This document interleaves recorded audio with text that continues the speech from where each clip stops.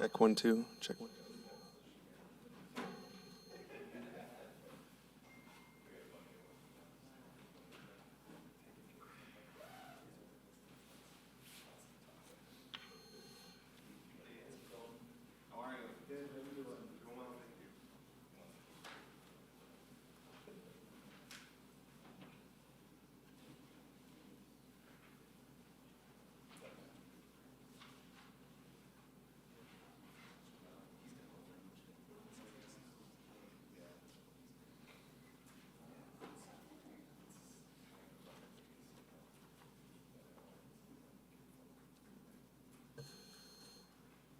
All right, welcome. We will call this meeting to order at 6:01.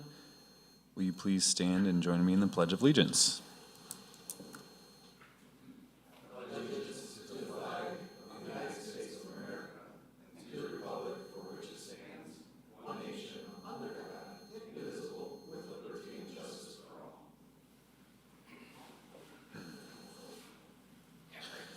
Thank you. Next item is the approval of the agenda. Are there any changes or additions to the agenda? Hearing none, I'll entertain a motion to approve the agenda as presented. I move to approve the agenda as presented. We have a motion and support. Any further discussion? Hearing none, all those in favor say aye. Aye. Opposed? Motion passes. Thank you. Next is item 4, public comment on non-agenda items. Seeing none, we will move on to item 5, approval of the minutes from our meeting on January 25th, 2024. Are there any changes or additions to the minutes? Hearing none, I'll entertain a motion to approve the minutes as presented. I move that we accept the minutes as presented. Support. We have a motion and support. Any further discussion? Hearing none, all those in favor say aye. Aye. Opposed? Motion passes. Thank you. Next is item 6, public hearing for Article 30, mixed use district ordinance. Are we going to do the public hearing and then have a presentation, or how's this, what's the? I believe the idea was to do the presentation first with Paul. Okay, so we'll hold off on opening this up for a public hearing and invite Paul to give us a presentation, I believe, on density. Yeah, we're going to talk a little bit about the specific dwelling units per acre requirements in the draft mixed-use district that has been noticed for Planning Commission consideration. And I think anything else maybe that came up with discussion last time, if there are questions, I'm also available for questions and discussion. If there are items of the ordinance that I don't or didn't anticipate addressing in this presentation, I'm happy to talk about other things as well. But I know there was one specific discussion that came up at the last meeting that your staff has spent some time researching and we wanted to revisit. My name is Paul Lippens. I'm a vice president with McKenna. I also work in Oshtemo with my colleague Kyle Mucha, who you see sometimes. We really think of ourselves as an extension of your team. So, we're here to help when things come up, and we work, with your staff on issues. And so we're happy to be here tonight contributing to this discussion. I think it's really exciting that you're considering this district, that you've worked for a long time to think about the types of development that you want to see in the township and the best way to accommodate that, but also to mitigate for the potential impacts of it. And I think you have a lot of tools in this ordinance that are setting in the right direction. So I want to kind of talk, a little bit about the district of objectives and then trying to visualize the type of development that you might see coming out of this district. But also where you want this development to happen. And I think that's the advantage of establishing an intentional mixed-use district, is that you then can apply it to specific places that are planned for that type of density. So, what are the general objectives of implementing a district, right? You want to implement the master plan. The township has had several periods where you've made revisions to your master plan since 2011, substantial revisions to your future land use plan in 2017, and then again, I think in 2019, you did some more mixed-use planning. And now you're embarking on yet another more comprehensive update to your master plan. And really, the master plan is what sets that overall township-wide vision for 20 years. So when you talk about the places you want to utilize this district, you can always amend where the district is applied in your zoning ordinance based on your master plan vision. So I think the current master plan process that the township is undertaking is an opportunity to rethink about where this district would apply, and having it on the books will make it easier for you to apply that district when that plan's adopted. You also, the advantage of this is to address housing demand. The state of Michigan has a shortage of housing, and that's housing of all types, from your single-family housing to your apartments to townhomes, but really, from a single person that wants to live alone to a family, there is demand for housing, and every municipality in the state of Michigan is wrestling with the issues of how do we plan for the types of growth so that we can have attainable housing, housing that your teachers, that your firemen, police officers, your planners can afford to live in, so that people can live close to where they work and how they make a living. Growing intentionally. This is really something that's important as well, because I think that it's important to recognize that many places, especially places like Oshtemo Township, have valuable characteristics that are worthy of preserving. And those types of qualities are well within your purview as a planning commission and the township's purview as the municipality that controls the land use rules and regulations to regulate. So to work with residents, to work with business owners of the township and set a vision for how you want to grow, it can and should be inclusive of the types of things that you want to preserve. And I think this ordinance helps you to address that, where you want to grow intentionally, but also as part of that to preserve intentionally. And then I think that what we see in municipalities like Oshtemo that are growing, that are in places where people do want to live, do want to shop, do want to do business, is that if you don't have buy right options for people to utilize to basically meet the demand of the market, there is a reliance on planned unit developments, which means every time someone wants to do a development that really makes sense, if the ordinance isn't aligned to accommodate that type of development, you're basically from scratch determining what types of design features should be included. And, it's not a bad tool. It's just not as good as having those metrics and mitigating factors aligned from the beginning. So I think reducing a reliance on PUDs to accommodate the types of development you're going to see is generally a good planning principle and objective that you can get behind related to your mixed-use district. So I think at the last meeting you asked Colton to pull some examples of what the density levels are in the township of the last, I think there are 20 or so examples here.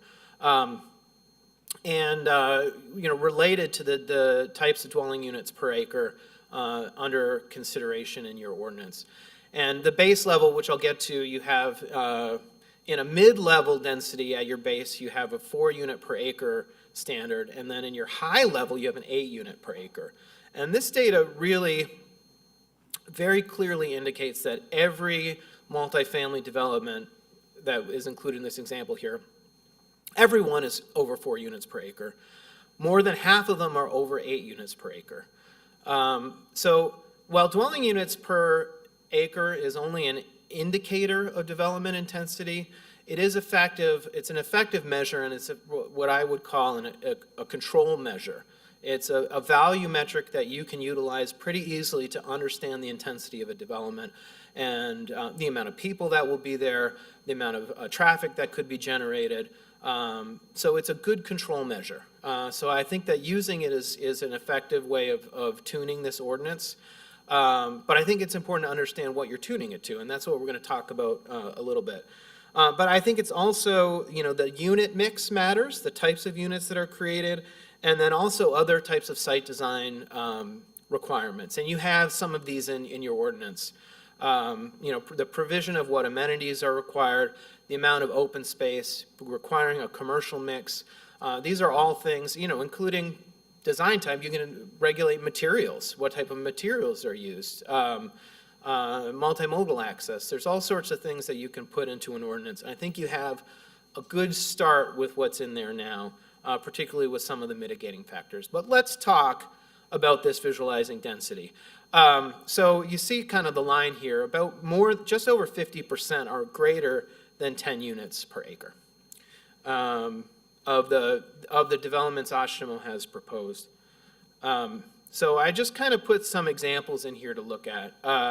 This is a development that is 7.7 dwelling units per acre. And you can see that it's basically single-family units that are very close to each other. They're alley fronting with rear driveway access to the garage, and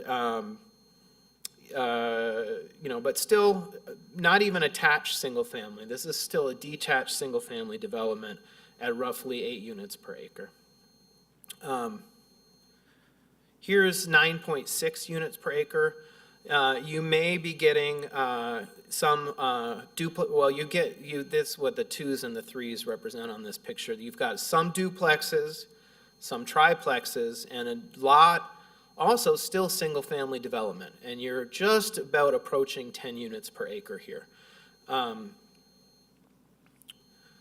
This is where you get to 15 units per acre. So this shows still, I think this is a fairly, I would call it a fairly suburban context. The architectural style, I think, would match many single-family neighborhoods. It does include duplexes, mixture of carriage houses or accessory units above garages. It has some bungalow courts in it, and then some attached single-family townhomes. And this type of unit mix you can do still with a good amount of green space, open space, but it's still, you're looking at 15 units per acre, which is higher than was considered, or about kind of the upper end of what was considered through your density bonus. Here we're looking at 18 units per acre. Still, I think that this is very much has a suburban character. It has a lot of open space. You see on this site plan here, there's like a pool or tennis courts, kind of that community facility. But this is kind of residential loft, more of a multifamily character. So I think once you cross that barrier into 18, you start to get development characters that are more aligned with multifamily development, more of an urban character, even though you see pitched roof and some soft materials, natural materials like wood in this. You're starting in this to get that really more of a mixed use character than a neighborhood character.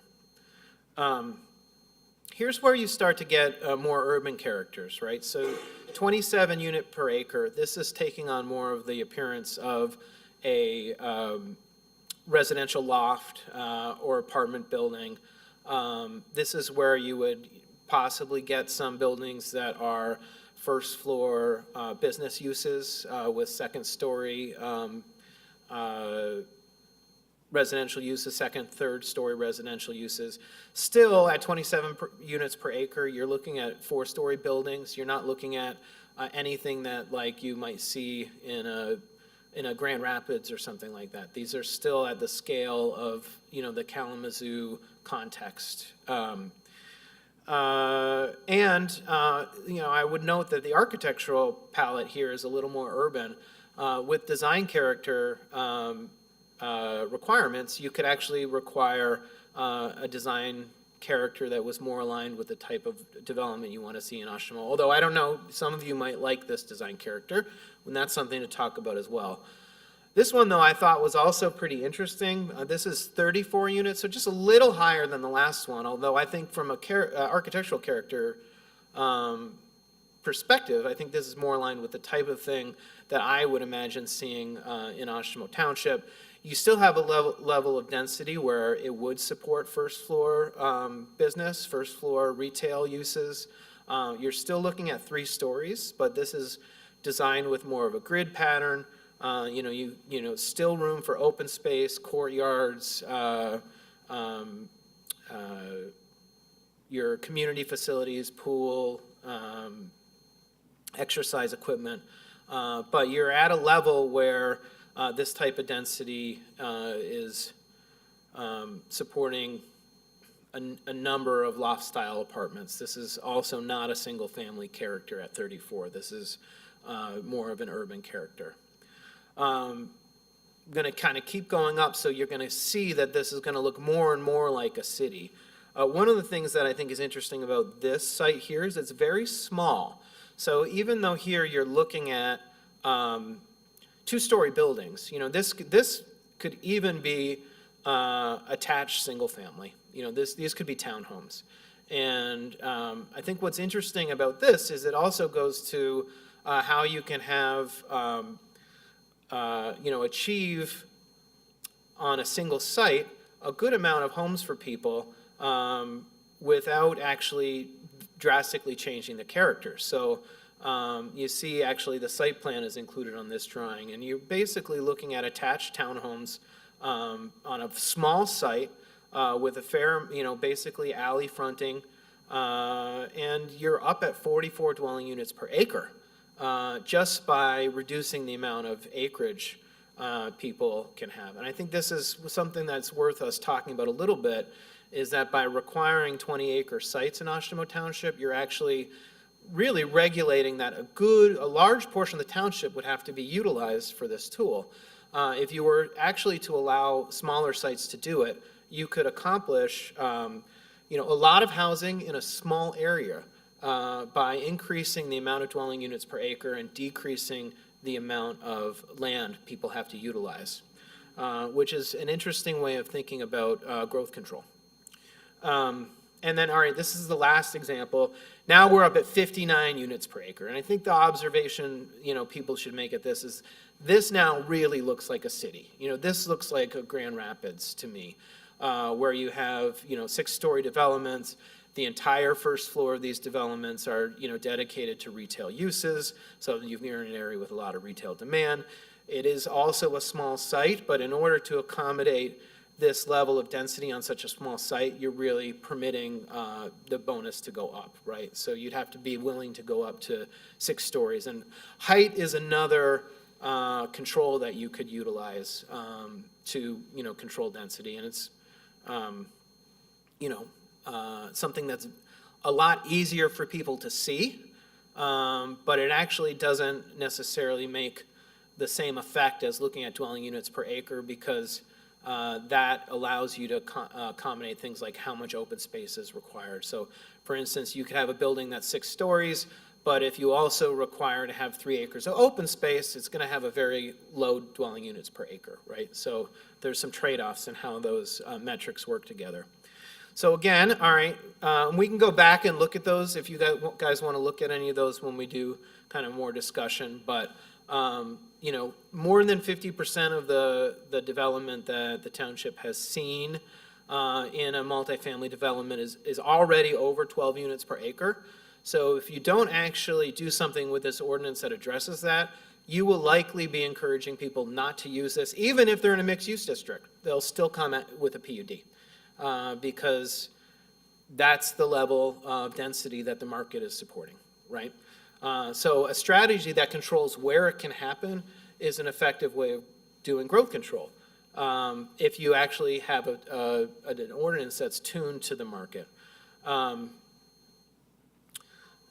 So these are the existing standards. As I was saying, your initial gross density is aligned at 4 units per acre for medium transitional and 8 units per acre, which you're calling a high, what the ordinance is calling a high density. And then the maximum with your bonus is doubling to 8 and 16. And then you have a minimum lot area of 20. So someone has to control 20 acres of land in order to use this.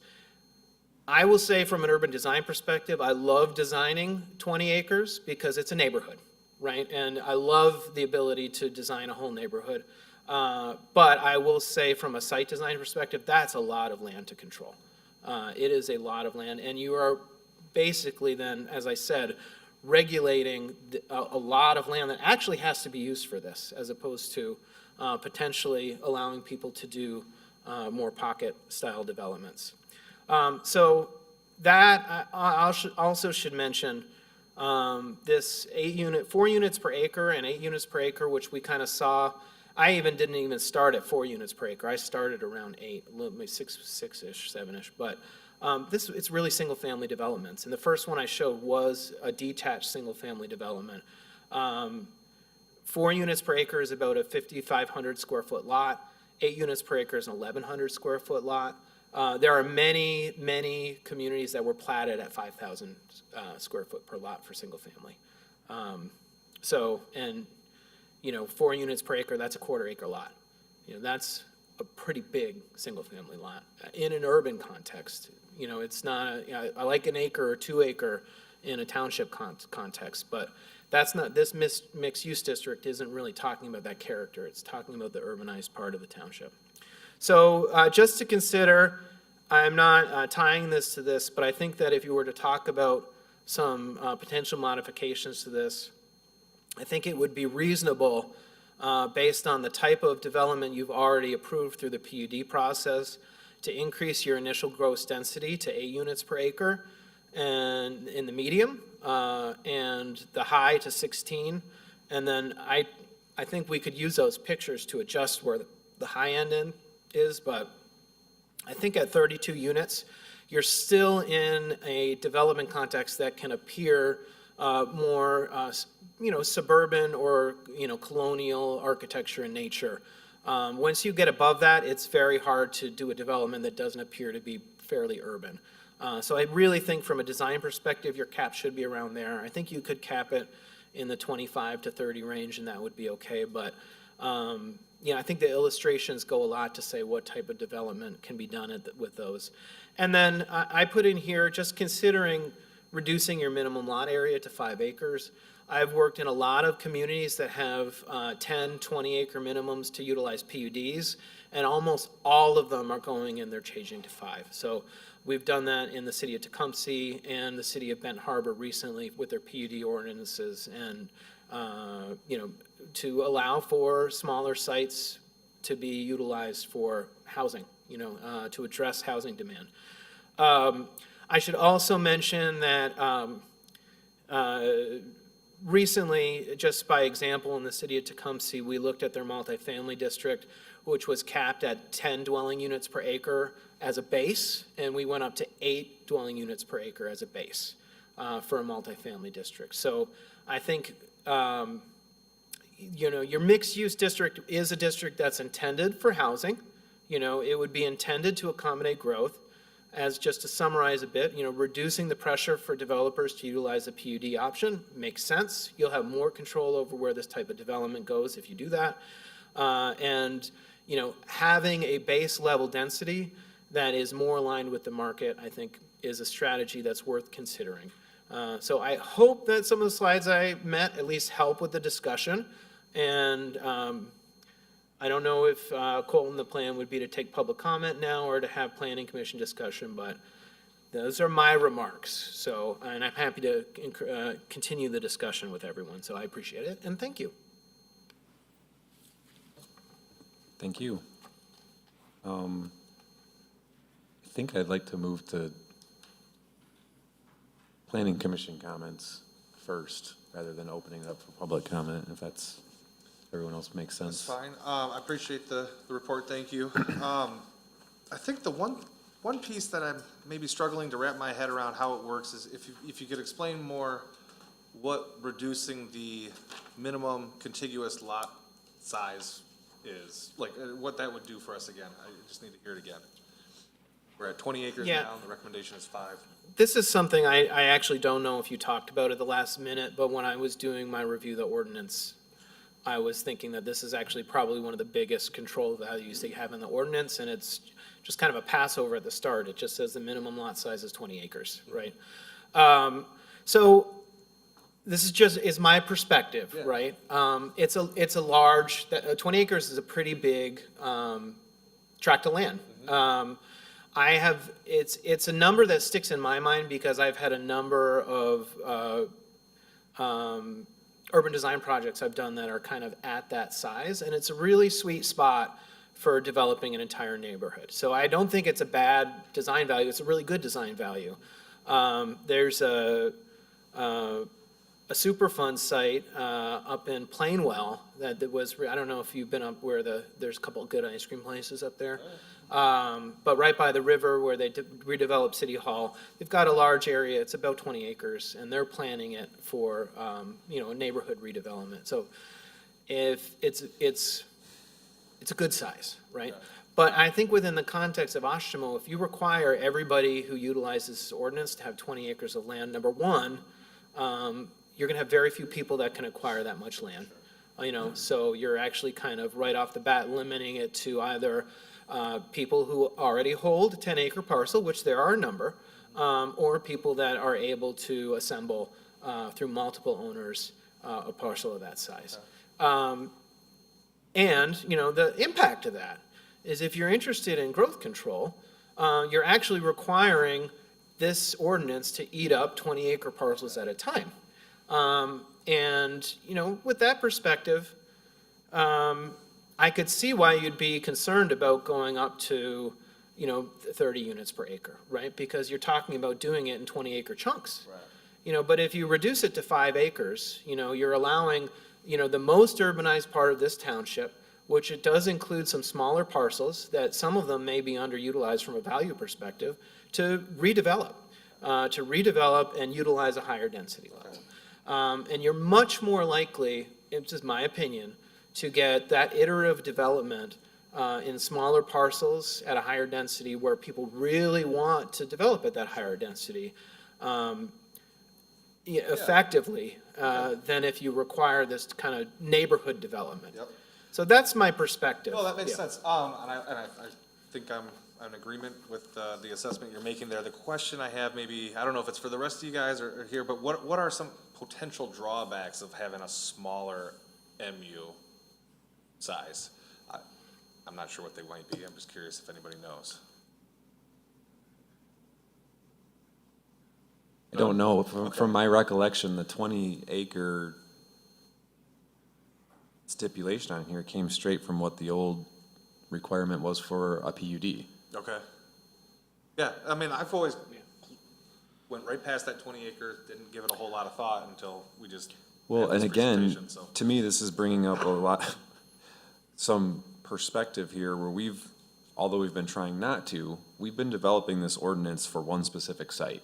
And we haven't had the breadth of knowledge and expertise to go, all right, we're establishing a district that's gonna be allowed in more areas than just that one site. And Could you pull the map slide back up with the future land use? Yeah. to me, if we're looking at redevelopment specifically, it's gonna be really hard for someone to put together 20 acres. to 20 do a acres. redevelop? Yeah, I agree. I think this becomes much more permissive and flexible. I think that we've heard that word a ton from our partners in the development community, is the flexibility. But also, if I'm not understanding this correctly, this currently would be, you'd have to be in a sub-area plan, and you'd have to, it would have to be zone commercial. Or commercial. Or, yeah. So you got all the gray boxes on the screen in front of you, right? And then the red. Right, correct. Is it general commercial, or would local commercial also qualify? Sorry. Well, Zach, this is actually the future land use plan, so this is slightly different than the current I'm sorry, that's true. zoning map. Yes. So not everything there is, 100% accurate on, Yeah, the ordinance says local business district. Does it? I should have put the zoning map in here too. I okay. put the future land use map on this slide because I wanted to talk about implementing the master. Yeah, plan. and this is where we're likely to kind of proceed, so it's valid. But this is a good catch. Is C local business district the right term in section 2A? Yes. It is? We want not general commercial? Well- Or are they different or not different? Well, C and local, they're different Okay, classifications, but the way this is drafted, I would interpret that to apply to general commercial as well as local commercial. okay, that's all I wanted to clarify. Thank you. Sorry, I didn't mean to distract from. So Paul, it's a broad discussion we have going here, and I wonder if we can focus in on density again. When you increase density, what happens to the area, the neighborhood? At what point is there a crossover that it's really not a neighborhood anymore? People don't connect. It's just so dense that. Yeah, we've got plenty of those. Yeah. Well, I don't know. I would say that density isn't really a factor of community. I wouldn't necessarily say that. I've lived in a lot of cities, and there are very flourishing communities in cities that are, much more dense than single-family neighborhoods. And even in apartment complexes, there definitely are communities. Now, I think they can be designed to encourage communities, right? I think sidewalks and porches definitely encourage interaction. Those are the types of things that you see in a single-family neighborhood that, encourage those casual interactions, right? I think the other really important thing about creating neighborhoods is civic buildings and civic spaces. So, thinking through what type of requirements are related to, maybe a minimum amount of commercial, the quasi-public space where people can interact while they get a coffee, requiring community buildings, permitting, or intentionally designing some government buildings in places. Those types of things are what increase the fabric of the neighborhood. Parks as well, right? And that's why I think this ordinance has some open space requirements in it, So, I mean, I'm curious about what observations or discussions Planning Commission has had related to, making sure that the community is encouraged in the creation of new housing. Because I do think that those things can be designed for, and you can certainly have design requirements in an ordinance that is intended to make any new development a really great place to live, right? We probably would disagree on that issue about what builds community. Well, maybe you could, look, I'm curious, so what types of design elements do you think builds community? And yeah, I'd love to hear it, because I think then we can actually understand how to add mitigating factors or control values to your mixed-use ordinance to address it. Yeah, it has to do with space where families can operate, even in multifamily situations. When you put more multifamily in higher density, nobody goes out in the yard. There's not a yard, you're cheek to jowl in most cases. And you're also asphalted to the max. I mean, to park all of those vehicles takes a lot of asphalt. And all of that detracts from connection. Mm-hmm. So, and we can go to, Township Hall for community, or the library for community, and we can place those there, but we're talking about a place where families can live and dwell, and single family is not really the bulk of what will happen because it's not affordable. Affordability comes in the smaller units. So, as an example, in a space that has 100 acres, just theoretically, how much asphalt does it take to support 32 units per acre? Can you tell me? In a 100-acre site, how much asphalt to support 32 units per acre? Correct. I mean, I think that,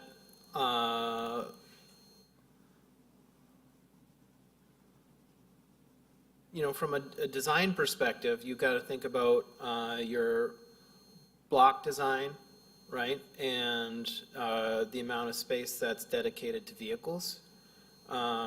And I don't think that there would be much difference from a metrics perspective of designing, say, to a quarter acre to eighth of an acre single-family lots, and if we look at this table here, just for an example, and we can look at some of these pictures too, but, this, what we're talking about here at 4 units per acre, 8 units per acre, that is essentially a single-family neighborhood. Now, you're looking at, quarter acre lots to eighth of an acre lots. And with that, lot size, because we're talking about dwelling units per acre, not actual, like I put down here as a translation, if you're with single-family dwelling units per acre, 4 units per acre is roughly, it's quarter acre lot, roughly 1,100 square feet. At 8 units per acre for single-family development, it's 5,500 square feet. But that's single-family. Now, you can do that same development with duplexes, and you would be at 8 units per acre and 16 units per acre. And that's the same amount, really, of open space and pavement. Because in your grid pattern, you're just accommodating more people. So yeah, you'll probably have more cars, but you also have more people walking. And it's just allowing more people to utilize that same asphalt, right? Or if there's a pocket park, or, even a good-sized regional park within access, you'll have more people utilizing that public space. But the landform will look relatively the same in terms of the amount of pavement that you have to create parking and the amount of green space you preserve for people, right? It's just a better use of better is, that's a normative word, but it's a use of value that allows more people to access those resources. And so then if we kind of look up here, you could still imagine that same grid pattern, even if you're doing the bonus. The thing with your bonus is that the bonus in the ordinance also allows you to account for mitigating factors and require things like your open space, natural features protection. I put in here measuring impacts too. Like I think tree canopy is something that's important to consider. But what you do in creating that bonus is you incentivize people to actually do the things you want, right? And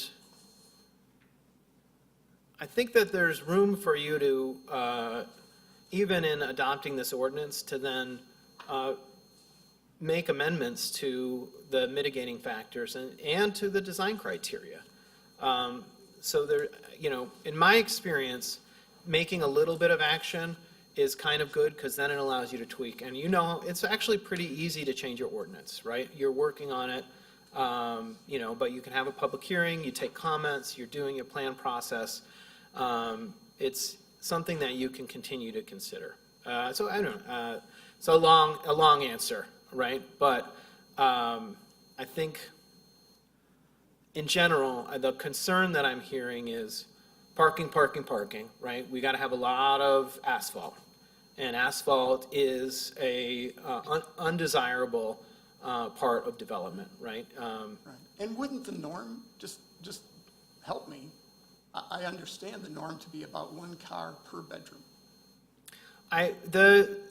With development like this, and this would be something that you could also consider, many developers are actually building 1 car per unit. So not requiring, say, for a 2-bedroom unit, 2 spaces. In more historical ordinances, sometimes you would be required 2.5 spaces because you also are building visitor spaces, right? Many parking studies, and for the type of development we're talking about here, support one car per unit. So, and I would certainly be comfortable recommending that. But again, what you're talking about is a transition from the type of market preference where someone wants to have a single-family home on an acre or 2 acres with a 2 to 4 person family or 2 to 6 person family, and 2 to 6 cars eventually, right? It's a market that's still out there, and it's certainly a quality of life that I support. Just so you know, I grew up in a single-family neighborhood. I actually live in a single-family house now. It's in the Vine neighborhood, so I live on a single-family house on roughly an half or a quarter acre. It's pretty tight, and the 2 houses next to me have multiple units. But from when I'm standing on the street, you can't really tell much of a difference between my house and the neighbor's house. From a context perspective. So this type of development is designed towards the people who are, I'm going to take a bus. We only need 1 car. And we don't want to spend an extra money for a garage space because these developers will actually also rent the garage space. I mean, I don't know if anyone's shopped for an apartment recently, but you have to pay for the parking space too, and that's okay. I mean, that's where the market's at, but 1 space per unit, I think, is more and more increasing going to be the norm for this type of development. I do think that the design of the parking is important, and I like rear access, rear garages. I certainly think design criteria that minimizes the amount of pavement is important. I don't think you need it right now. You have the traffic impact study in here. That's your big measure. You are going to measure the traffic. You do have a control on the traffic designed into the ordinance, and that's equally important. I agree that is after the fact, but by right, at doubling the number of units, you automatically double the number of cars. Whether that's 2 per unit or hard to say. In our community, the buses are so underutilized that to make that transition, there's so many things that have to happen before anything like that takes place. And I would say 20 years is probably a good measure of what it would take to change people's minds. Just for the record, Scott, traffic study's not after the fact. The traffic study has to be prepared as part of the overall comprehensive plan. So it's not, you don't do it after you design the conceptual plan. You design a traffic study to determine whether or not your conceptual plan can be supported. Okay, so it's but not after the fact. I just want to make that clear to the planning commission. if I understand it right, by right, the developer can propose 100 acres of high-density housing. If the traffic study supports it, it's not after the fact. You have to have a traffic study that would support that and be reviewed by the traffic engineer. It's not after the fact. I just want to make sure that's clear. Traffic study doesn't support building out the 100 acres at a higher density.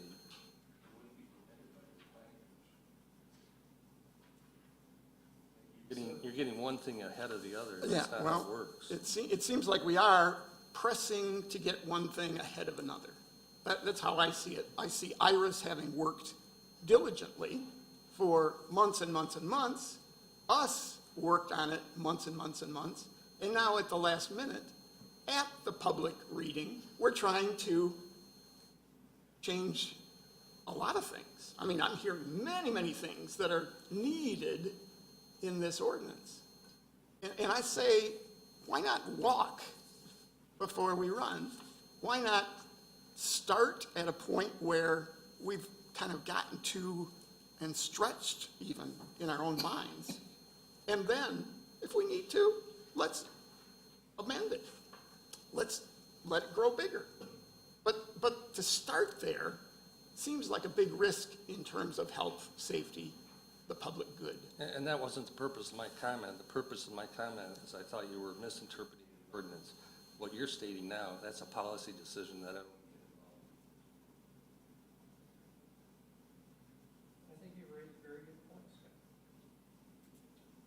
It's something that's concerned me from the very beginning of this project. I've heard you talk to us about the density, we could probably increase the density and wouldn't hurt. But I think it would hurt. I think it would hurt on all the infrastructure around this project. This project, any other project, wherever it's gonna go, are the streets gonna be able to take it? I know I sound like a broken record, but you go out on M43 between 2 and 5, and, you know, you're kicking your life in your hands. And this is gonna, the more density we allow to go into this area, the more traffic that's going to cause, which is, I know we're gonna do a traffic study, but I just don't see it happening. I don't support it. What don't you see happening? I don't see increasing the density as resolving that problem, which is a core problem to me, okay? Of the traffic you're talking about? The Traffic, cores? yes, sir. Okay. Yes, sir. And this particular site, the access to this site is very limited. You've got whatever they're gonna do to provide an access out to M43. I've heard some talk about it. What do you call this, an access road being put out there. I know that you've got, is it Saybrook or Starlight to the south, which is another potential ingress and egress. All those poor people that own houses over there and paying their taxes in this township for 40 years. I mean, and they gonna want all of that traffic to this development? And the more people we pack in here, the worse it's gonna be for them. I just don't see that as being, it's not what I want for Oshtemo Township. I've lived here for 44 years. I've seen it develop. It's not what I want to impose upon my neighbors. I respect that. I think for me, it's, the efficiency of the land use, first of all, but secondly, like, we have this density just to the south of the property that we all keep in our minds when we're dealing with that golf course, right? So that density exists, and I think we have a better way now to achieve that density in a way that doesn't require maybe as much concrete in the parking lots, that allows that traffic to kind of stay there. Folks can move about that area, get to the amenities in the area without necessarily having to get into their vehicle or onto the main roads. So I guess I just disagree. I think I see it the other way. That's all. I think we do disagree, Zach. Yeah. I think you're saying you have density down in that area, so we're not gonna be adding anything more by doing this. I don't think we're solving the density problem of that portion of the township by putting more density into that area. We've got it, so let's throw more into it. I don't see that as a solution. I guess I'm not seeing it that way either. I just don't think that the traffic problem, I don't have the same level of concern about the current traffic situation as you do. But You're still a nice guy, but you're wrong. How about the crime issues that we have already in the density that is adjacent to this? And my experience, at least, which is not a certified planner, but hey, when you increase density, you generally increase problems. I mean, maybe somebody's got some statistics to back that up, but I don't know that that's necessarily true. I think when you consolidate poverty, you tend to have a lot of the types of problems that come with dense poverty. But I don't think just generally speaking, having more people living in an area makes it negative. If you have a mix of incomes in an area, you tend to have positive outcomes, is my understanding.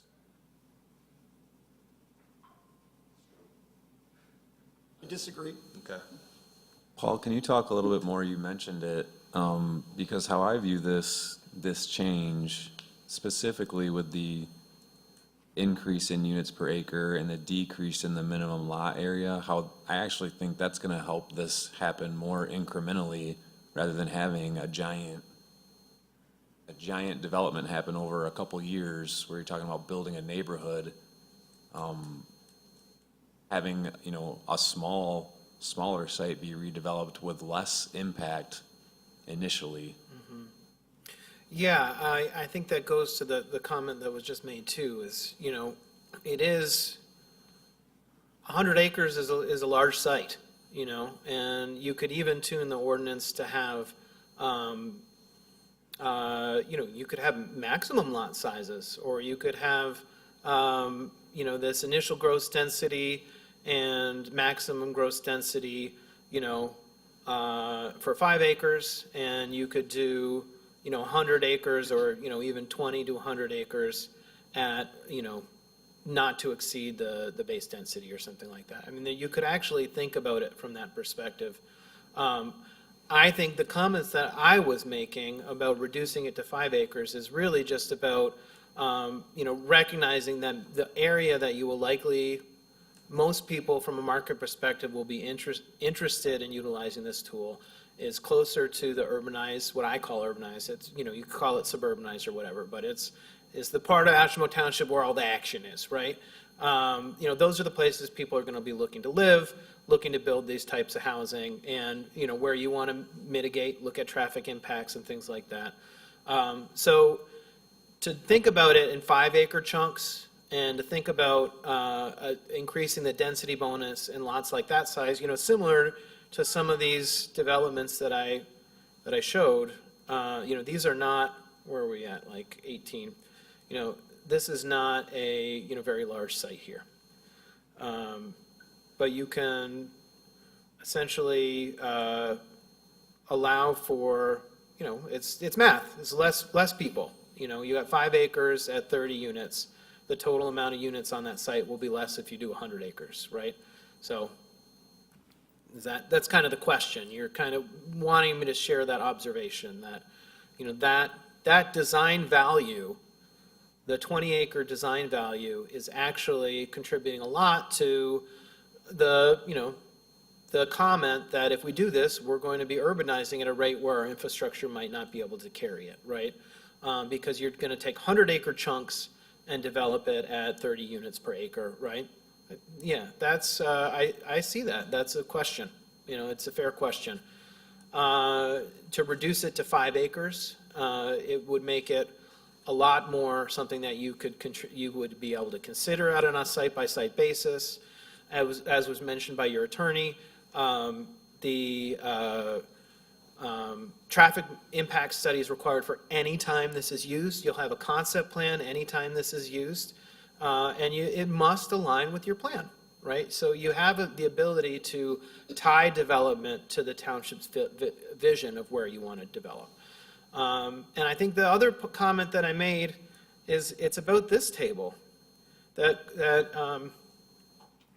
you asked to be put together for this meeting, right? When you have people developing using the PUD tool, what is being approved in Oshtemo Township?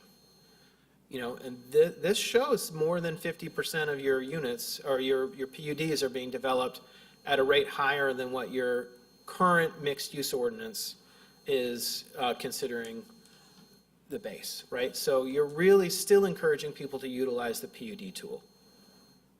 Just a quick question. Colton, when you put the list together, is it apartments or is it PUDs? These are multifamily developments. Apartments,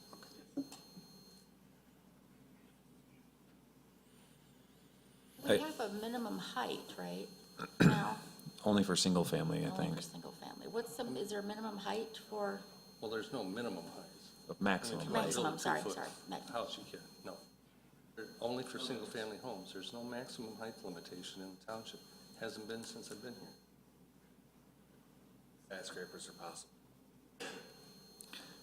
My biggest concern with the ordinance as it is currently is that there's literally one place that's gonna use it, because we don't have enough areas for people to aggregate the land or that own the land where it makes sense to put in a development like that.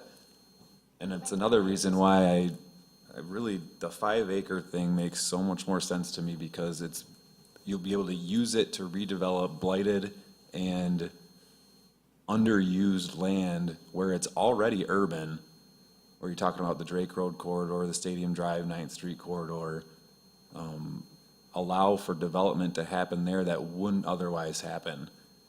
And the 20-plus acre site, the golf course right now, as I understand it, right now, the developer's having to put together a comprehensive plan for the entire site, even though they have no intention of building it that way, all at once. It's gonna be done in multiple phases over lots of different years. And this would also give additional flexibility there, where they can come up with a smaller development that still meets our criteria, and then pause and say, does it make sense to stick another 100 houses here? Or do we sell it to someone else to become something else? This large macro use of land in these giant chunks is not, that scares me more than increasing the density and decreasing the minimum allowed of land. And the reason, I understand it's frustrating, and this has been going on for, I don't know, if Kurt was here, he could tell us for maybe 2014. It's been going on for a long time. But I really don't want to move forward with a ordinance that is short-sighted as to what's coming in the next 5 to 10 years, as you put. And if we adopt this, that golf course development is gonna move forward as is, and I don't know that they have the right tools in place to put what should be there for the future.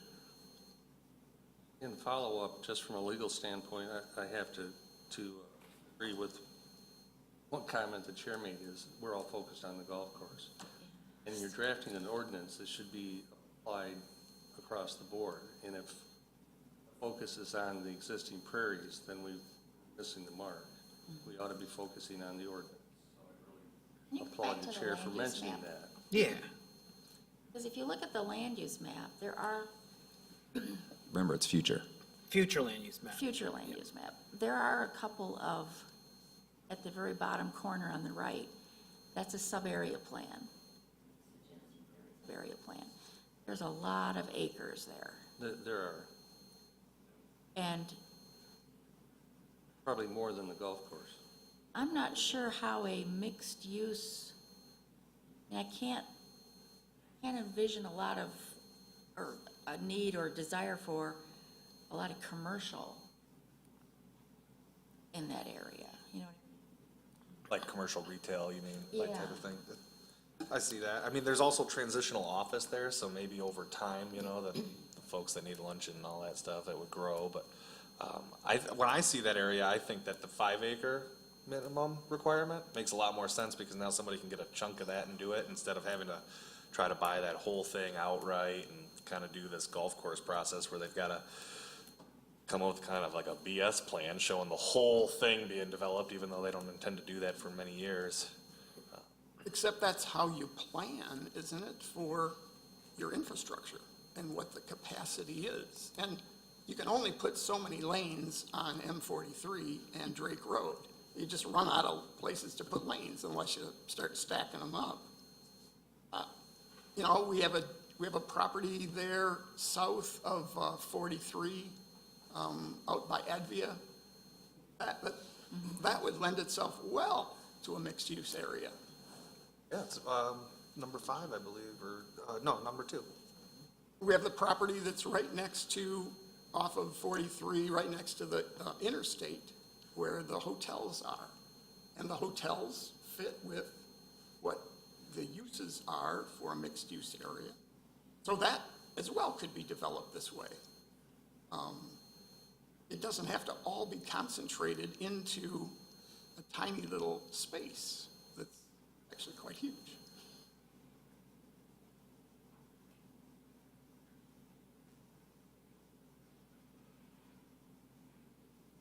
Well, I wish we would have discussions earlier. What'd you say, I Dan? said, I wish we would have had these discussions earlier, because now I feel like we're under the gun. People want to see this move through, and Well, I think, to be honest with you, you had, every planner has their own perceptions of what's best. In my conversations with Iris, she wanted to see the larger macro-type plans developed. That was just her idea of, she was frustrated with the development, the next development, and the next development, and the next development, and them not being integrated into an overall plan. And so her plan, her concept was, we want to see a bigger plan for that. Paul's comments, I think some of the members feel that maybe that's not the best way to go. The ultimate group to decide whether you should step back and look at that closer is planning commission. And even though, yes, the hope is to move something ahead, but again, it's up to this planning commission to be able to recommend something. And if you can't, in good conscience, recommend something, then you keep working until you can. Jim, if we were to recommend it as it is without the recommendations that were brought tonight, what would the township board, could the township board change those figures in that box? The township could look at that and say, we think you need to take a closer look at density. Maybe they agree that the presentation with Paul and say, no, we want to see higher densities in these urbanized areas. Send it back to the planning commission for further review. If the planning commission then refused, they'd send it back to the township board could implement it with higher density. Okay. If they chose. The So other there's basically one send back and then they kind of can take over the process? Yes. So, it's, again, you're a Yeah. public body, and Yeah. you have to make a decision as a group what you're comfortable with. What if we hypothetically cannot agree to recommend anything? Does this just never get to the township board, or is there a way for the township board to bring this up on its own? Boy, that's a good question. Because, I mean, it's just a hypothetical, I like the exercise and the absurd, but like, there's 6 of us here, there's a real opportunity for a There's an tie. opportunity for a deadlock, yeah. And we could get stuck here. To answer your question, I guess, if you were going to, if you're just sort of generalizing, if you could reach a consensus on something, let's say you submit it as is to the board, the board could adopt that. Right. The board could then again ask this planning commission to reevaluate the density issue. Okay. It still came back without any recommended changes. Yeah, I mean, when I'm hearing the conversation tonight about density and some of the different opinions, I see folks that are pretty entrenched in how they feel about it. I don't know that there's gonna be information that could be provided from any source that's gonna necessarily move anybody at this point. Right. And so I just wanna try to understand the full. Well, if you didn't That's move, not a bad thing. because No, I don't think it's some of the not. people that are entrenched have been sitting here for over a year, listening to this stuff. And have come to the decisions that they've formed. Absolutely. Difference of I mean, opinion yeah, is healthy. it's not a dig, I'm very professional about this. We don't agree, we're not being disagreeable, we're good. I'm not saying Yeah. you're not professional. No, I'm just saying telling you how I'm thinking about there's it. a lot of information. Absolutely. That's gone through everybody's ears up here in the last 18 months. Absolutely. In every other meeting, we're reminded that it's taken us 18 months. I get it. Through the chair, yeah, if I may, I think there was a question asked basically about what your options are, right? And I think, Right. Jim, you were trying to kind of answer that, right? yeah, I think, I guess my recommendation would be, if you can agree on the language that you have, and you can recommend that to the board, I would say, try to find consensus on something you can move forward, Yeah. and then if the board wants further evaluation, or they want further consideration, they can send that specific issue back for further review Sure. and analysis. Would members be like amenable to, I guess I would like to separate the two changes, right? We've got the density change, then we've got the minimum contiguous area requirement. Do we feel differently about the minimum than we do the density increase? For me, that's a brand-new thought. And again, we're trying to stuff something into a box that we don't have time to think about, because we're at first reading, or not, We're at public hearing. Probably, yeah. public hearing. First reading is Township Board. Yeah, I can appreciate that, Scott. I did not anticipate the recommended change or reevaluation of the minimum acreage for the site at all myself either. Well, there's, I don't want to interrupt, but there's another option. I want to, again, make sure you have all your options. You're at public hearing tonight. It costs, I don't even want to think about what it costs to put this publication in the newspaper. Don't get me going, that's another gripe I have, that we have to waste money on, anymore. You could adjourn it to your next meeting for further consideration, and we wouldn't have to necessarily renotice. And then you could digest the issue of the size. That is a new wrinkle that I think raised at your last discussion before we went public. And you could take further time to consider other recommendations. That's just another option. I can't. Are we positive that there's no resolution for a tied vote? I said no. Yeah, tie is a no. It didn't move So forward. a tie is a motion fails, so it depends on what So- the motion is. That answers your question, I think, Zach, right? No, I mean, there's two likely no's, basically. We can lose 4-3 or 4-2 or whatever, or we go 3-3, but neither one of them advances this to the township board. It gets a majority of yes votes from this thing.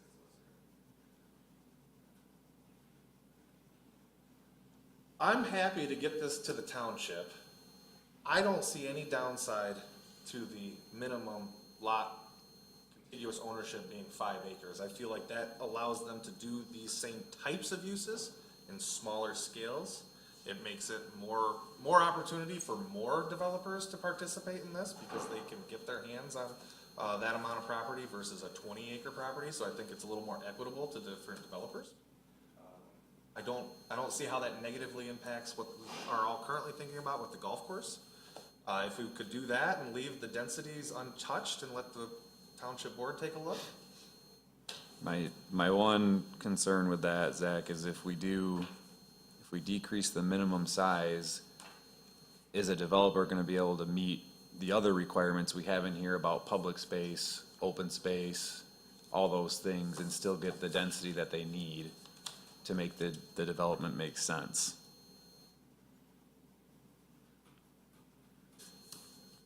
In 5 acres. I don't know if you've got Well, more Is that a part of experience. your They- analysis? That's how my brain's going. To answer the question, right, so if you reduce it to 5 acres, you would still be allowed to do the base density, which as written is 4 units for the mid-level and 8 units for the high level. So, yeah, you could. You'd just be allowing people to develop at those densities if they meet the other requirements like traffic impact study. Now, to get the bonus, that's when they would have to prove one of those additional criterias to reach the 8 or the 16.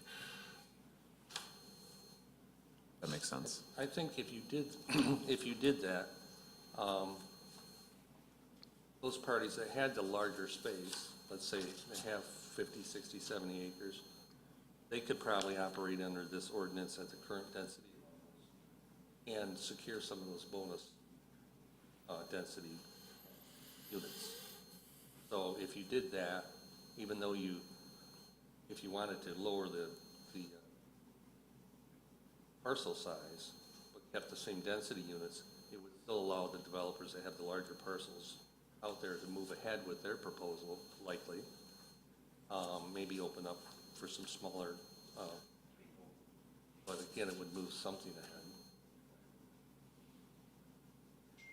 And I don't mean to be a pain in the side, but I can assure you that the township board will look at this with a raised eyebrow when it comes to the density. They're gonna wanna see increased density. They will. I can almost 100% guarantee it. I Can just- you I'm not just, Why? because tend to think like I do on this topic, which is that part of the township makes a lot of sense for more density, and we want to see efficient use of land that has value like that golf course does. We don't want to see Westports and country club villages and that in that space. We want to see more of an urbanized development. And I think, I just, again, for the commission's edification, I think Zach's telling you, as a board representative, what your township board thinks. Yeah, I'm not trying to And I strong think- arm you. Yeah, no, it's a concern that I've had, as this planning commission discussed it, because they do have a vision, I think, that may be different from some of the planning commission members. But that's why you have the balance between a planning commission and a township board. And that will work its way out, under state statute. I don't care what they're gonna do, I'm not gonna change my vote on the density. That's right. I understand. Any more questions for Paul from the planning commission? If you reduced from 20 down to 5 or 10, and for the golf course, since that's the topic, would a developer have to submit, would they be developing the whole thing? Would that be one presentation that they would give, or would they then try to develop 5 or 10 acres at a time and be submitting a proposal each time for that? Well, And that's then where, would that be a traffic study that would be put out all the time, so we could be making sure that we're really focusing on the traffic as well, as you're developing each section? They could do either. Okay. well, maybe not. I'm trying to find the section of the statute. Remember, it talked about you've got to design a plan that shows contiguous property under control. I mean, again, that's a question that we haven't had time to really analyze, to be honest with you.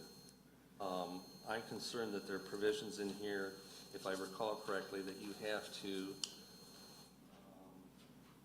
It's under plan area, it says all contiguous holdings of the owner or option purchaser and how it's where are integrated. you reading, Deb? First page. C, application requirements, Yeah, one plan area. plan area. Yeah, all contiguous holdings of the owner, option purchaser, and how it's integrated. So they could, they'd have to have 5 acres, but then they would have to show contiguous holdings. So theoretically, they could develop the 5 acres. They gotta come up with a general concept plan. That's where I have a hard time trying to understand how this. I still think, again, all that was tied to the 20-acre piece, and that's why all those provisions were in there, because it's hard to get 20 acres at once. Well, and through the chair, right, the same question applies to 20 acres of a 100-acre site, right? So my interpretation would be, the parcel that is owned, you would have to consider the way it's used with respect to the ordinance, So if you were developing 20 acres of a 100-acre site, you would still have to show how that site was being utilized with other elements of the ordinance, like lot frontage, public-private road ordinance, the mobility ordinance that you have, your natural features protection, subdivision requirements. You have to look at the way the lot is divided. So similarly, if someone were to have a 20-acre lot and they wanted to develop 5 acres of it, as part of the zoning verification process, you'd look at the impacts of that plan with respect to the overall parcel. You would say, you can't actually use all 5 acres just as an example of frontage on this 20-acre lot for this, because what's going to happen with the rest of it? You have to actually present a plan that provides for the logical use of the space. So me as a planner, I would interpret it to be. Let me see if I understand what you're saying. So if they had 20 acres and we say you can have a 5-acre mixed use, they would still have to show you in the future what they do with the other 15? Yeah, at least from a conceptual basis, Okay. and we'd have to make sure that That's what I hope. that acreage could be utilized as the ordinance intends. And I appreciate your analysis, because I was hoping that's what it was, that's what the ordinance is saying, because that's what Iris was concerned about. That's one of her focuses, is we don't want to just do small areas that aren't interconnected or designed in a way that can be interconnected in the future. To that comment too, if I may, I do agree with Iris's idea of having plans that guide the overall development of areas, right? And you could still develop a 5-acre parcel of something that was master planned for 20 acres, 100 acres. So that's important. And I definitely agree with that philosophy that you should have and that is in here, right? Anything 5 acres or 20 acres must be tied to the comprehensive plan. You must show that it is a part of township policy to proceed. I feel more comfortable with the idea of maybe breaking down the size. If I have read the ordinance correctly, once the conceptual plan is agreed to, the first step is to put in the infrastructure for the entire site. Maybe I'm misreading it, but I thought that was the big deal. Let's get those roads in, No, all the infrastructure. that was not my interpretation. You have to plan, you have to build the infrastructure from, if you have a phased project, you need to build the infrastructure so that with it being added to is kept in mind. But like if, again, we're still just talking about the golf course area. That project, if they did a first phase that was connected to West Main Street, they do not have to build a road that goes all the way to whatever the north or south east corner to connect to. Concept The plan has to neighborhood. show it, but if Right. you could, even if you were gonna develop 20, 30, 40 acres, you could do it in phases. So theoretically, they could do, if you still require 20 acres, they could do 5 acres at a time and phase it over time. But you wouldn't have to build all of it at once. But it's required, the phasing, they have to show the phasing. Right. Right. And it has to be, as your chair indicated, you have to show the continuity of where you're gonna go with sewer lines, roads, water. But you don't need to build it all at once. Correct.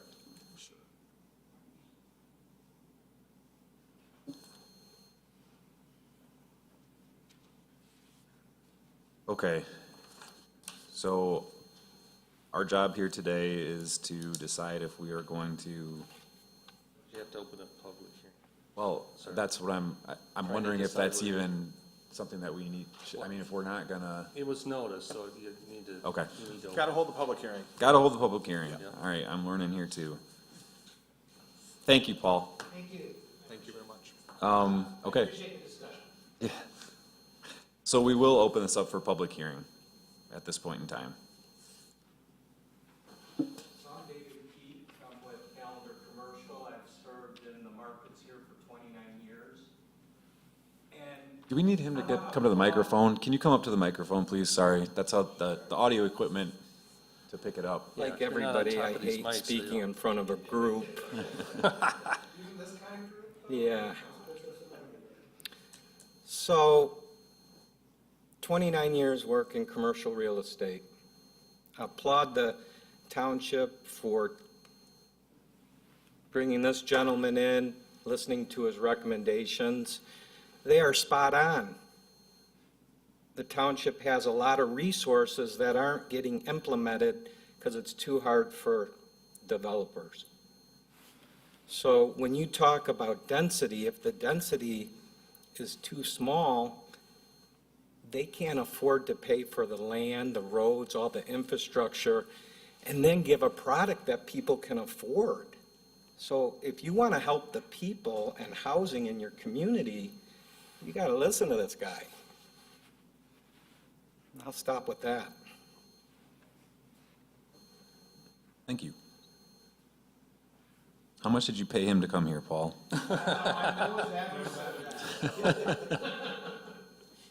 First for everything. All right.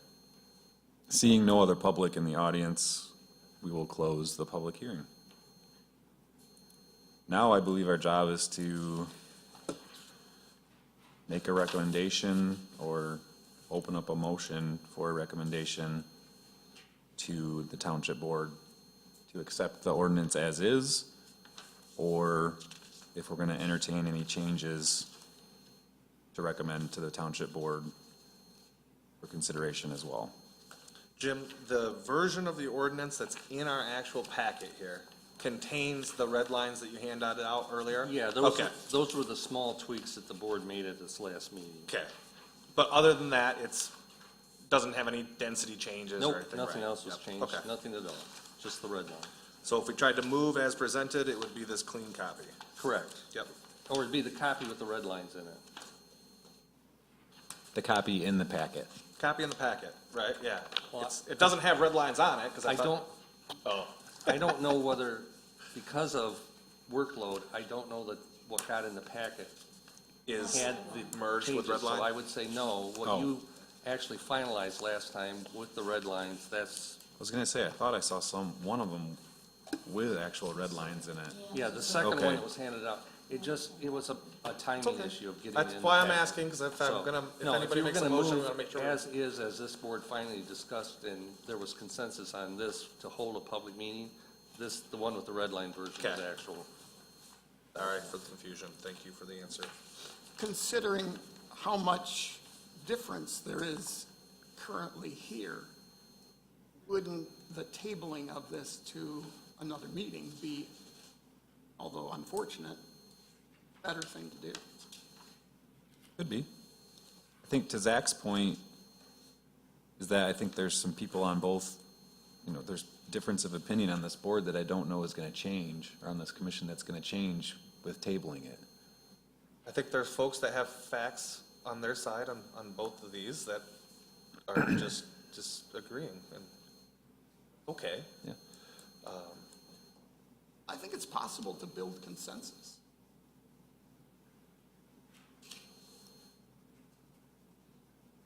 It's an option that we have. You're right. To Al's point, it's been a long time, but I think these changes that have been recommended are significant and nothing that we had discussed before. So I guess I could support moving the ordinance forward as is, but not with the increased density or less acreage.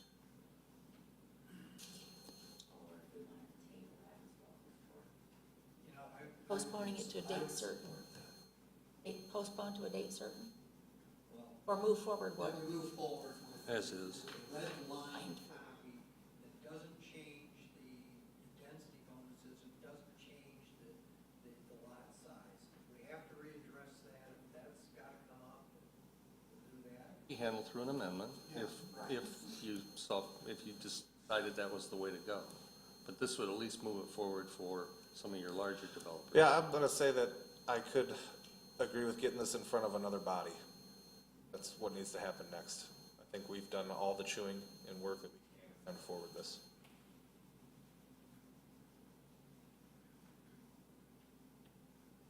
So, Again, I wish we would have had this discussion earlier. What does tabling it do to our public hearing process to moving this forward if we were to table it to the next meeting, Jim? Well, it's gonna slow down what you've got in the pipeline, but it doesn't change anything. If you adjourn it to a date certain, you don't have to renotice. From my perspective, having sat with planning commissions for almost 40 years, I think Zach's right. I don't think it's gonna change anybody's mind now and the next 2 weeks. I don't know if there's I just even, don't- I if think- there's and new I think facts that everybody- could be unearthed that would even move anybody at this Yeah. point. I I've just been don't- doing this I a don't know while. that it would accomplish anything unless. If nothing else, it should speak to the fact that our township is divided over this issue. I hope Our that- planning commission is divided over this Well, issue. I think we're representative Sure. of our township, and that's the Yeah. whole reason to have a planning commission to start with. And to say that, oh, well, the whole board agrees, and that represents the township, what we're doing here.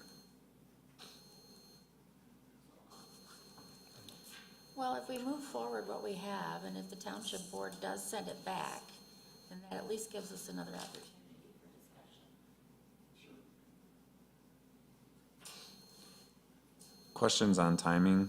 If the township board does send this back to us, we're basically starting the process over, correct? No, not necessarily. They can send it back with specific issues you want to Specific address. recommendations?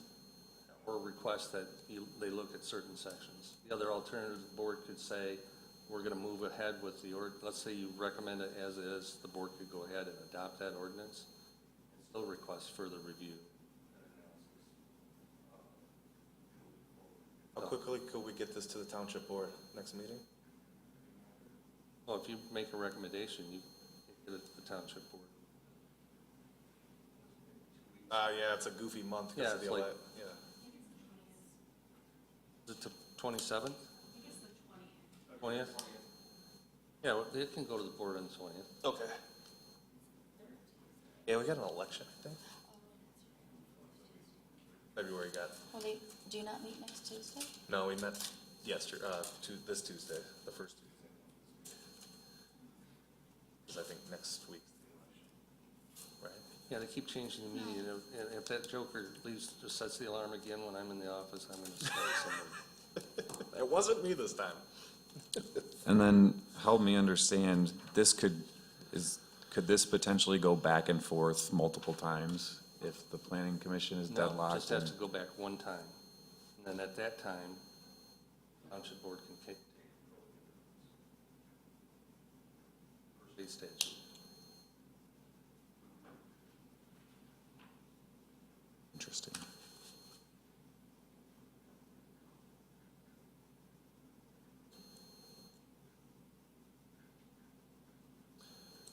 So we can either make a motion to recommend this as is, or someone can make a motion to table it.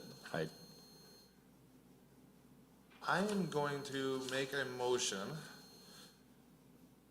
to recommend for approval Article 30, the mixed-use district ordinance as presented with the red lines and the recommendations from McKenna regarding density and minimum size.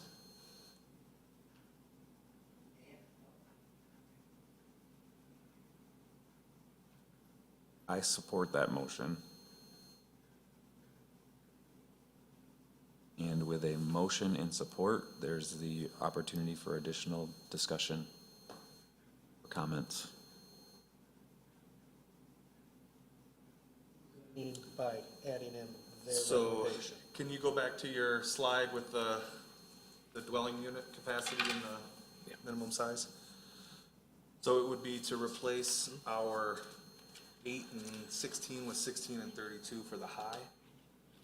And then to reduce it from 20 to 5 for the minimum lot area for some of these that district. And then also incorporates the red line changes that were presented to us based on last meeting's discussion.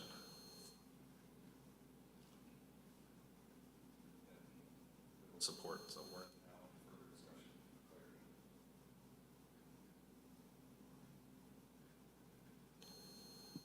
Hearing no other discussion, do we need to do a roll call vote for this? Yeah, I would recommend it, just to be, Do I facilitate that as the chair? Jim, have Jim call the roll. okay. If you would, please. Want to make sure,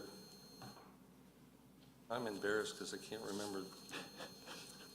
We have two Scotts. Scott, Zach, There are Scott. two Yeah, Scotts. that's what I was trying to remember. I'm like, wait a minute. Okay, so we'll start at the end with Scott Yes.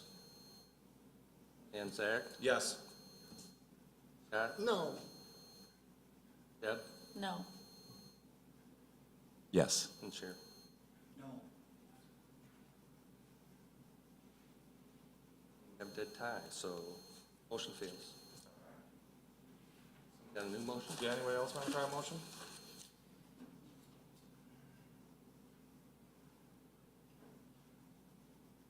I will move that we adopt Article 30 mixed-use district ordinance with the red line changes based on our previous meetings discussion, So as is, as presented. Sorry, presented. As it's presented. thank you. There's a motion, is there support? support. Motion and support, any further discussion on this motion? All right, hearing none. Jim, will you please call the roll again? Start with Scott again, Yes. and Zach. No. Scott, Yes, Deb, Yes. No? Yes. passes 4-2. All right.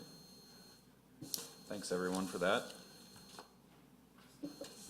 Item 7, other updates in business. Zach, anything from the Township Board? Or Jim?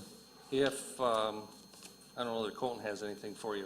I do have a sign ordinance that I told you about, and my intent would be to bring it to the board and present it at your next planning commission meeting, along with a couple other small changes. Again, the sign ordinance is going to look like, you know, it's a bloody mess if you look at a red line version. But it's really not as bad as it looks. I'll try to take you through what I think are the most important things. And it will only, you know, it only took us 7 years to come into compliance with I think the Gilbert decision out of the U.S. Supreme Court. So, I mean, we've been very timely on that one as well. And then Jim, the setback, 50 on 60 or? Yeah, there'll be a section regarding setback when we have, is that the two-road section? With the Yeah. front and rear setback from Front a and rear road? setback when you're sandwiched between two different roads. It's, I felt that it was possibly prescriptive taking to have such significant setback provisions where a property has both a road, say, on one side and another major road on the other side, and then to have all the setbacks. We are allowing for, proposing to allow a 50% reduction on the secondary road. That's consistent with, I think, recommendation from your planning department and your township engineer. Otherwise, you're taking so much of somebody's property to develop that it could be claimed that it's confiscatory. I try to avoid the township getting sued when it can. That's part of the idea. Job security, yes. That's it. All right. There's no other updates in business. We are adjourned at 7:30. Oop, I have just one information, I guess, for the, sure. Go ahead. we, last Friday, we had a meeting with the road commission about the road that I live on, Green Meadow Road. And they've combined that now with Driftwood and Skyridge. That neighborhood, they have said the speed is inappropriate for the road. So Finally. they've made that determination that there's a problem to be dealt with. And now we're in the process, their first solution is education. So what will happen is there'll be some signage that will be along the roads until it's torn down. And there'll be letters that will go out to plead for slowing the traffic. And in that study, just so you know, we have a high speed of 55 miles an hour on a 25-mile-an-hour road. And we have in excess of 1,200 travel units per day on at least the road that I live on Green Meadow. And finally, the median speed, or the speed that they use as kind of a measure, is 34 miles an hour, which I don't know if you've ever seen what happens to a person at 34 miles an hour. Ouch. It's not pretty. So the process is continuing, although very frustrating. And the facts are becoming clearer, I hope, for everyone. Glad to hear you guys are getting some progress. So, It's only 2 years. I know. I remember that vividly. And wishing you guys good luck. Did the township pay for some of that traffic study? I don't recall off the top of my head. We signed on and like support. I don't remember if we committed any financial resources. The road commission won't let anybody do the study that they want. Yeah. Except them. Except them. So they paid for that.